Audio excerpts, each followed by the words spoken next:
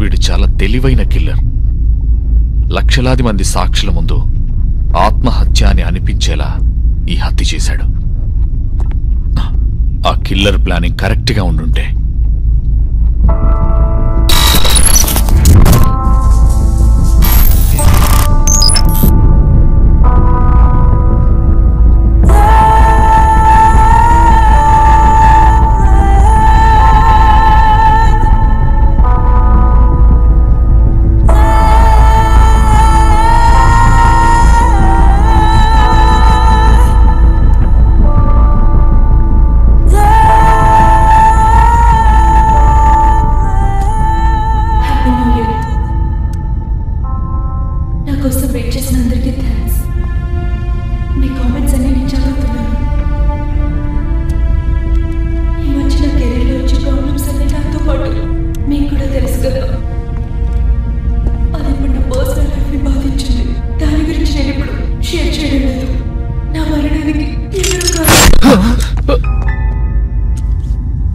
Sir, అతను కరెక్ట్గా ఇదే ప్లాన్ చేశాడనుకుంటా.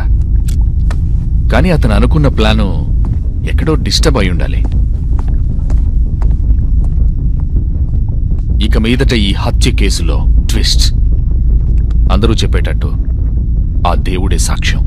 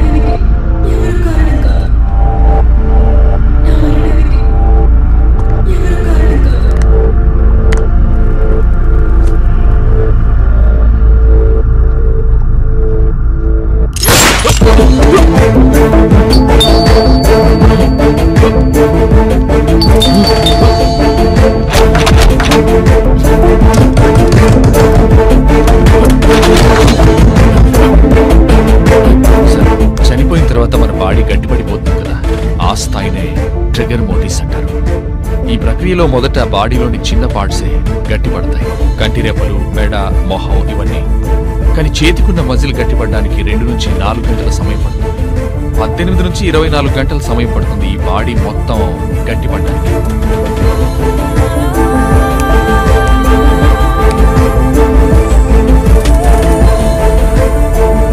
సార్, మరణానికి కొంచెం ముందు వరకు యాక్టివ్గా ఉన్న ఈ బాడీ పార్ట్స్ ట్రిగర్ మోటిస్ అనే స్థాయికి వచ్చే ముందే స్టిఫ్ అవడానికి ఛాన్స్ ఉంది. దీన్నే కెడావరిక్ స్పాజియం అంటారు. మరణ సమయంలో జరిగే భయంకరమైన మానసిక సంఘర్షణే దీనికి కారణమని నమ్ముతారు.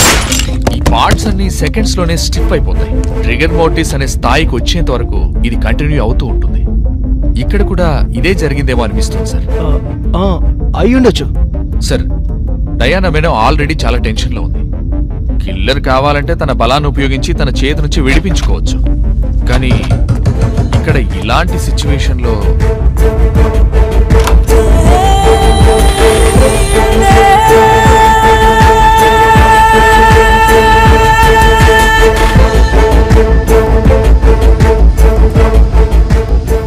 సార్, ఇక్కడ జనరేటర్ రూమ్ ఇదే. ఈరోజు న్యూ ఇయర్ కాబట్టి ఈ డోర్ ఓపెన్ లోనే ఉంటుంది. బ్యాక్ డోర్ ద్వారా వచ్చే కిల్లర్ కి కార్ పార్కింగ్ వరకు వెళ్ళడానికి చాలా సేఫ్టీ అయిన మార్గం ఇది.